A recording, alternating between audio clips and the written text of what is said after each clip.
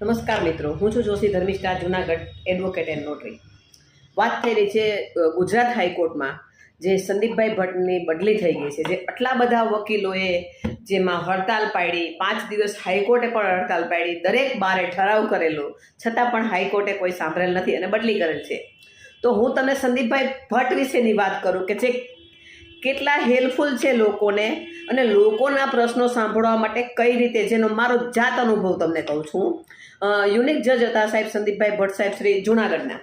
એટલે હાલમાં જ રિસન્ટ લગભગ 6 મહિના પહેલાં જુનાગઢ આવ્યા હતા સાહેબ યુનિક જજ તરીકે છે. એટલે તો મેં જુનાગઢના પ્રશ્નોની વાત કરેલી કે જુનાગઢના મહાનગરપાલિકા પ્રશ્નોમાં જે 2-3 પ્રશ્નો હતા એ પ્રશ્નોમાં કે જુનાગઢ મહાનગરપાલિકામાં હાઉસ ટેક્સની જે અમદાવાદમાં એનો જે વેરો છે એ માફ કરી દે છે, બરોડામાં માફ કરી દે છે.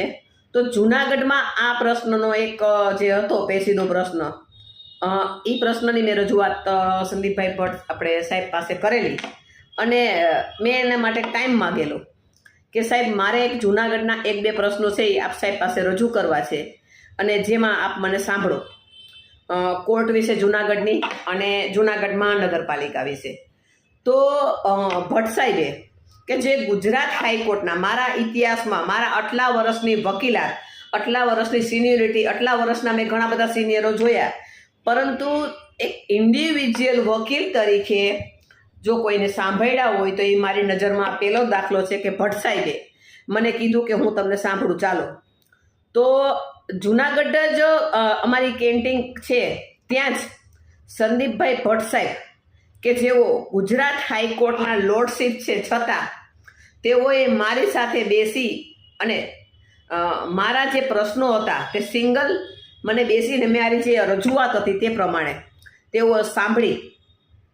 જે રીતે મોદી સાહેબ સિંગલ કોઈ સમય માગે છે ને આપે છે, તે જ રીતે ભટ્ટ સાહેબે મને સમય આપ્યો અને મને સાંભળી અને આટલા બધા વકીલો, પોલીસો બધા બહાર હતા અને મને જે રજૂઆત જે મારી હતી એ રજૂઆત મારી સાંભળી અને એનો નિકાલ કરવા માટેનું મને વચન આપેલું કે ભાઈ તમારું આ હાઈકોર્ટમાં આ થઈ જશે, કે ભાઈ આ રેગ્યુલર કાયદાકીય પ્રશ્ન છે અને એ થવો જ જોઈએ.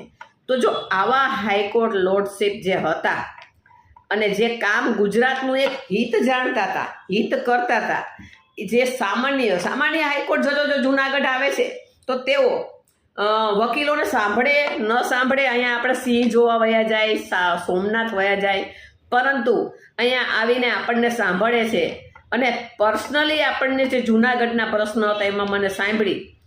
તો તેમાં મારી હજી પણ હાઈકોર્ટને રજૂઆત છે કે આવા ગુજરાતના હાઈકોર્ટ જજ જે હતા ગુજરાત હાઈકોર્ટમાં તે અમને પાછા આપવા, જેથી કરીને અમારા જે પ્રશ્નો છે એ આવી રીતે સરળ રીતે, નોર્મલ માણસની સેમ સાંભળે. તો મારી ગુજરાત હાઈકોર્ટને રજૂઆત છે કે આ એક પાછા અમને ગુજરાત હાઈકોર્ટમાં આ લોર્ડશીપ જોઈ છે, જો આપને અનુકૂળ હોય. પણ ગુજરાતનું હિત અમને લાગે છે કે અમને સાંભળા. પોલીસની મેટરોમાં પણ ઘણા બધા પેચીદા પ્રશ્નો હોય છે, એમાં પણ હું હાઈકોર્ટમાં જાઉં છું, એમાં પણ સાહેબ ઘણી રીતે સાંભળે છે.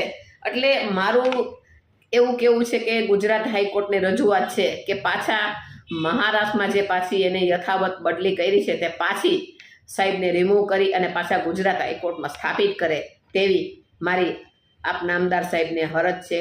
Dharmishtha Joshi, Junagadh advocate and notary.